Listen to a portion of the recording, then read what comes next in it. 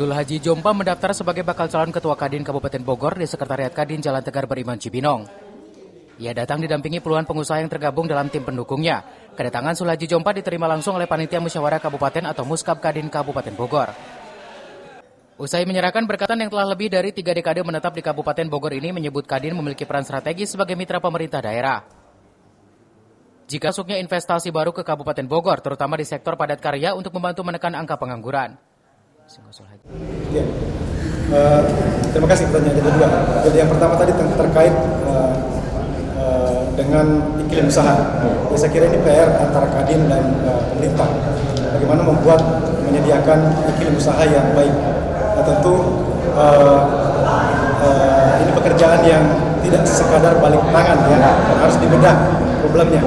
Nah, saya kira itu strategi kita atau saya ketika menjadi ketua Kadin tentu akan mengajak pemerintah untuk membedah problematika hambatan-hambatan dunia usaha, iklim usaha.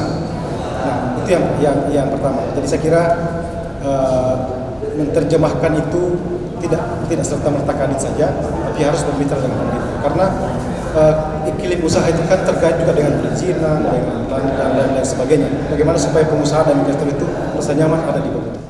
Setelah itu, Ketua Steering Komite Muskab Kadin Kabupaten Bogor Joy Effendi Pandita menyatakan Sulhaji Jompa menjadi pendaftar ketiga sekaligus terakhir. Hingga penutupan pendaftaran tercatat 3 bakal calon yang mengikuti proses penjaringan. Mereka adalah Hilal Firmansyah, Ridwan Rusliadi, dan Sulhaji Jompa. Selanjutnya, panitia akan melakukan verifikasi berkas dan persyaratan masing-masing bakal calon.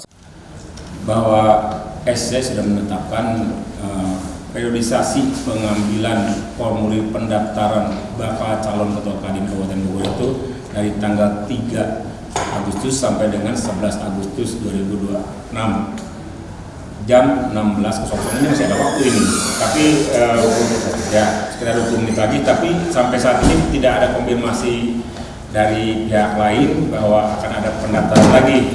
Jadi insya Allah sudah diputuskan bahwa ada 3 orang pendaftar untuk bakal calon Ketua Kadin tahun 2026-2031.